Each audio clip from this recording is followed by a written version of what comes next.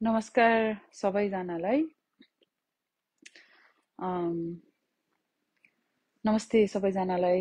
साथीहरू, आज म लाइभमा किन आउँदैछु भन्दाखेरि हाम्रो कुलमान घिसिङ होइन, न म उहाँलाई एउटा कर्मचारीको रूपमा हेर्छु, न म उहाँलाई एउटा राजनीतिक कर्मीको रूपमा हेर्छु। म उहाँलाई नितान्त हाम्रो 18 घण्टा लोड सेडिङ हुँदाखेरि राति उठेर बत्ती के भन्छ मोबाइल चार्ज गर्नुपर्ने, राति उठेर पानी तान्नुपर्ने, पानी आउने पनि एउटा समय मात्रै, त्यसपछि त्यो थापेर राख्यो, त्यसपछि पम्प लगाएर माथि पठाउनु पर्ने होइन।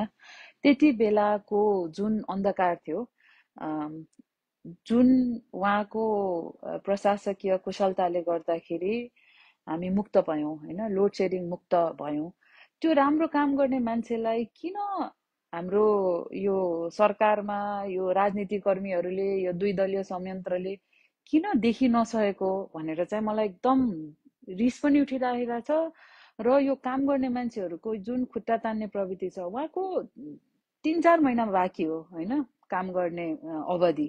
त्यति बेला राम्रो काम गर्नुभयो कुलमानजी, धन्यवाद। अझ तपाईँले अब आउने नयाँ यो के भन्छ एक्जिक्युटिभ डाइरेक्टरलाई पनि ह्यान्डओभर गरेर गइदिनु, अथवा तपाईँको प्रशासकीय क्षमता अरू ठाउँमा पनि लगाउँ भनेर उहाँलाई एउटा एडभाइजरको रूपमा राखे पनि हुन्थ्यो, जे गर्दा नि हुन्थ्यो के। तर यो हेप्ने जुन चरित्र सरकारले देखाइरहेछ, जुन राजनीतिक कर्मीहरूले जे गर्दाखेरि पनि म गजबको एउटा भाषण दिइदिन्छु, गजबको एउटा स्टाटस राखिदिन्छु, गजबको एउटा तर्क दिइदिन्छु, त्यसपछि सबैजनाले यो काम गर्ने मान्छेलाई बिर्सिन्छ भन्ने जुन हेतुले राज्य अगाडि बढिरहेछ, त्यो गलत छ। र म यो लाइभमा जोडिराख्नु भएको सबैजनालाई म प्रश्न सोध्न चाहन्छु कि हामी सबैजना कोही न कोही काम गरिरह होला होइन, कि आफ्नै व्यवसाय होला काम गर्ने। तपाईँहरूले तपाईँ कल्पना गर्छ, तपाईँले मरिमरि काम गर्यो होइन, तपाईँले के आउटपुट लियो, आउटपुट ल्यायो, अनि त्यसको साटो राम्रो काम गर्यो भन्नुको साटो यो काम कहाँ उसले गरेको हो त, यो काम त मैले गरेको भनेर तपाईँको बसले होइन यदि तपाईँलाई कामबाट बाहिर निकालिदिन्छ, हेला गरेर अपमान गरेर कामबाट बाहिर निकाल्छ, काम गरेकोमा केही काम गरेन तिम्रो त कार्य सम्पादन मूल्याङ्कन 0 हो भनिदिन्छ, तपाईँलाई कस्तो महसुस हुन्छ? त्यो यो यस्तो हो। हाम्रो कुलमान घिसिङ भन्ने मान्छे काम गर्ने मान्छे हो होइन। उहाँको भाषणले हाम्रो रगत नउम्लेला होइन, उहाँको भाषणले हाम्रो आँखामा आँसु नआउला, उहाँको भाषणले हाम्रो के एन्टरटेनमेन्ट फ्याक्टर नहोला। तर आफै सम्झिनुहोस् कि कति गाह्रो परिस्थितिबाट हामी गुज्र्यौँ होइन। मलाई त के लाग्छ, अहिले राजनीतिक कर्मीहरूले जति ठुलो भाषण दिए पनि सबभन्दा हाम्रो जनजीविकामा असर पार्ने मान्छे त कुलमान घिसिङ हो होइन। किनभने जुन यो जाँचको बेलामा पनि होइन इन्भर्टर लाइट बालेर पढ्नुपर्ने, अथवा टुकी बालेर पढ्नुपर्ने, अथवा त्यो गर्न नसक्ने मान्छेले मैनबत्ती बालेर गर्नुपर्ने होइन। तपाईँको सामान्य सूचीकार त्यो जे सिलाउँदाखेरि पनि आइरन लाउनुपर्छ होइन। त्यो आइरन लाउँदाखेरि पैसा पुग्दैन होइन। हिजो भर्खर मैले एकजना मान्छे भेटेँ, उहाँले मेरो गार्मेन्टको व्यवसाय थियो, तर हरेक दिन 10 लिटर तेल जान्थ्यो इन्भर्टरमा, अनि त्यसपछि के त्यो जेनेरेटरमा, अनि त्यो थाम्नै सकेन, बन्द भयो भने होइन। कति धेरै यो रोजगारीको काम गर्छन् नि होइन, ठुला ठुला रोजगारीको काम गर्छ। रोजगारी सृजना त कुलमान घिसिङले बत्ती पुर्याएर गरेको हुन् नि होइन, एउटा निरन्तरता दिएर होइन। हामी सबैजनालाई, आम नागरिकलाई चाहिन्छ भन्ने कुराको हेतुले उहाँले गर्नुभएको होइन। भनेपछि कुलमान घिसिङलाई त्यो गजबको रगत उम्लिने भाषण दिन आउँदैन, अथवा उहाँले त्यस्तो गर्नुहुन्न भन्दैमा उहाँप्रति भएको जुन यो अत्याचार भन्छु म, जुन राज्यले हेपा प्रविधिबाट गर्नुभएको यो काम गरेको छ होइन, कार्य सम्पादन मूल्याङ्कनमा 0 दिदिने, त्यसपछि यो बदनियतपूर्व पटक पटक स्पष्टीकरण सोध्ने होइन, काम गर्ने मान्छेलाई टेन्सन दिने के जुन यो गरेको छ, त्यसको विरुद्ध पनि अहिले हामी नउठ्ने हो भने कति बेला चाहिँ नि उठ्ने हैन। हामी सबैजनालाई यो माइक अगाडि दिएर यो ल भाषण गर भन्न त आउँदैन नि हैन। कति हामीलाई बच्चा बेलादेखि टिका लाउँदाखेरि राम्ररी पढ, राम्रो काम गर, यो के यसमा राजनीतिमा नलाग, पढ भनेर हामी हुर्केको। अनि त्यो मान्छेहरूको लागि त यो राजनीति गर्ने मान्छेहरूले त हेप्ने रहेछ, लखेट्ने रहेछ हैन, अपमान गर्ने रहेछ। अपमान कति बेर सहेर बस्ने। त्यसकारण मैले सबैजनालाई के अनुरोध गरेँ, अब तपाईहरु जहाँ जहाँ हुनुहुन्छ यो अपमानको विरुद्ध चाहिँ उठ्नु पर्यो। तपाईहरु विदेशमा हुनुहुन्छ भने विदेशबाट आफ्नो घरमा फोन गरेर भन्नु पर्यो के गरेर हुन्छ, तपाईहरु आफू पनि सोच्नुहोस् हैन। तर काम गर्ने मान्छेलाई अपमानित गर्ने हैन, चुपचाप आफ्नै हिसाबले न कुलमान घिसिङले कुनै राजनीति कर्मीको खेदो खन्या थियो, न केही नै नगरेर चुपचाप आफ्नो काम गर्दै बस्ने मान्छेलाई किन यस्तो राज्यले अपमानित गरेको। उहाँहरूले जस लिन पाएन, कुलमानले जस लियो, कुलमान हामी भन्दा ठुलो हिरो भयो भनेर डाहा गरेर नि हुन्छ।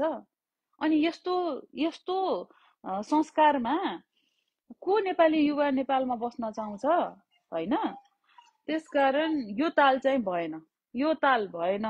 अनि यो ढोंगी चरित्रले यो कुरा गर्दाखेरि एकातिर, काम गर्दाखेरि अर्कोतिर देखाउने यो शब्द जालमै मात्र उनेर जहिले पनि हामीलाई भुल भुलायामा राख्ने अब चाहिँ नि भएन।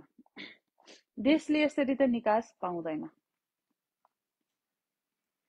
देशले निकास पाउने भनेको कुलमान घिसिङ जस्ता मान्छेहरू जब हरेक क्षेत्रमा अगाडि आउँछन् हैन, थपक्क काम गरेर बस्छन्, डेलिभरी दिन्छन्, त्यो भएपछि पो देशले निकास पाउँछ। हैन भने तपाईले आज के भन्छ मकै फलाउनु पर्यो भने ए मकै फल, यो मकै भनेको यस्तो हो भनेर यान त्यान गफ दिएर मकै फल्छ कि एक्चुअली जोतेर त्यसमा पानी लगाएर गोडमेल गरेर किरा लायो भने हटाएर त्यसरी बन्छ हैन।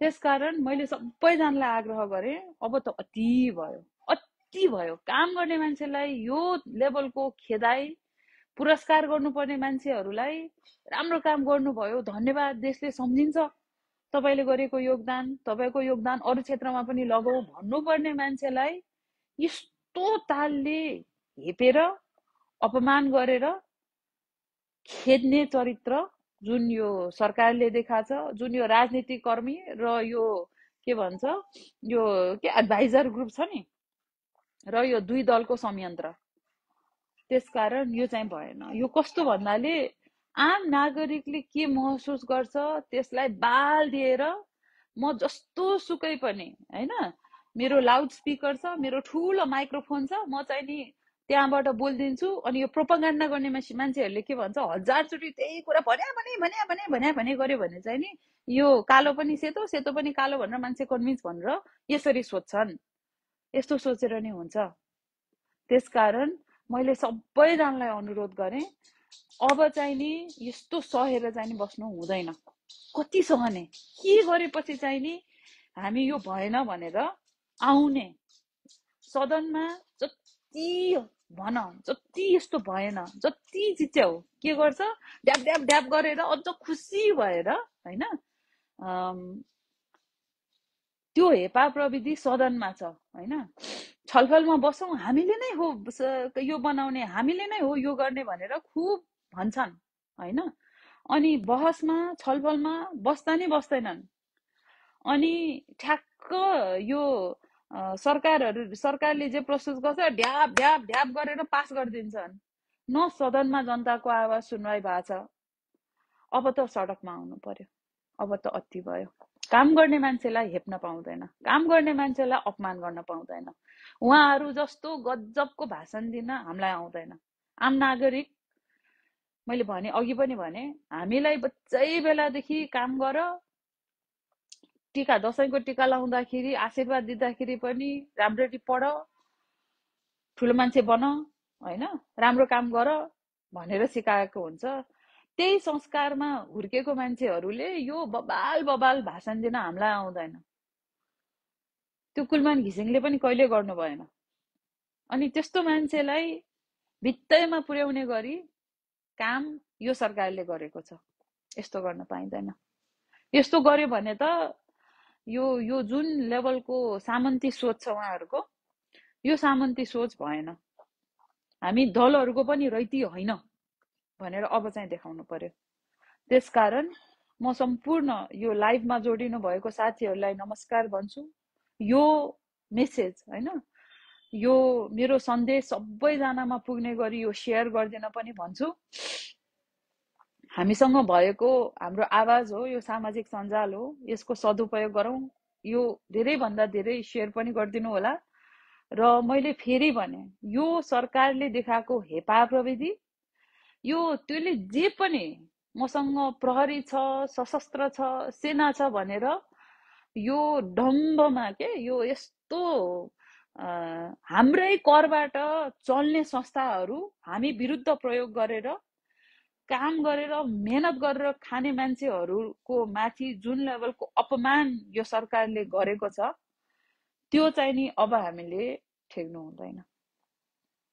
यो पनि अहिले कुलमान घिसिङको लागि सडकमा नआउने हो भने, कुलमान घिसिङ जस्तो चरित्र हैन, म काम गर्छु, म चुपचाप बसेर काम गर्छु, म दूरदराजमा बत्ती पुर्याउँछु, म यो अन्धकार हटाउँछु, म लोड सेडिङ मुक्त गर्छु, अनि त्यो भएपछि दोस्रो चरणमा कति रोजगारी सृजना भयो, कतिजनाले आफ्नो टेलरिङ पसल खोल्नु भयो, कतिजनाले आफ्नो सासानो यो रिपेयर सप गर्नुभयो। त्यो मान्छेहरूलाई चाहिँ नि यो सरकारले अनदेखा गर्ने। अनि ठुलो ठुलो व्यवसायहरूसँग जुन यो कहिले करमिना गरेर सरकारले पैसा खान्छ हैन, यो सरकार भन्दिनँ म, सरकारमा बस्ने पात्रहरूले हैन, यो चुनावको बेलामा डोनेसन लिन्छन्। अनि उनीहरूको लागि मात्र नेपाल त होइन नि। त्यसकारण साथीहरू अब चाहिँ नि यो आफ्नो रिसलाई, आफ्नो आँसुलाई र आफूभित्र भएको यो अपमानको आँसु पिएर त अब बस्ने होइन। अब त अगाडि बढ्नुपर्छ। तपाईहरू जहाँ जहाँ हुनुहुन्छ त्यहाँ त्यहाँ अगाडि त्यहाँ निस्किनुस्।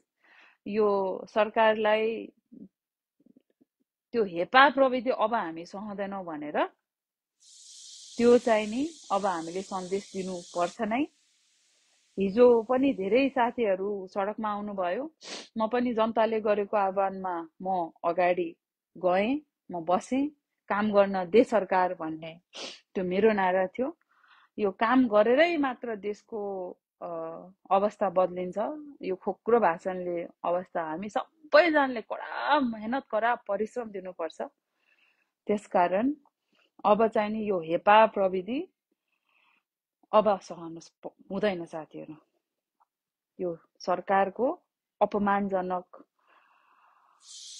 काम गर्ने मान्छेलाई भित्तैमै पुर्याउने, उहाँहरूको पाउमोलाइ गर्यो भने चाहिँ नि सबै ठिक, उहाँहरूको पाउमोलाइ गरेन काम गर्छु भन्ने मान्छेलाई चाहिँ नि जुन अपमानजनक रूपमा सरकारले खेदो खनेको छ त्यो चाहिँ पाइँदैन। काम गर्ने मान्छेलाई शून्य कार्य सम्पादन मूल्याङ्कन अनि काम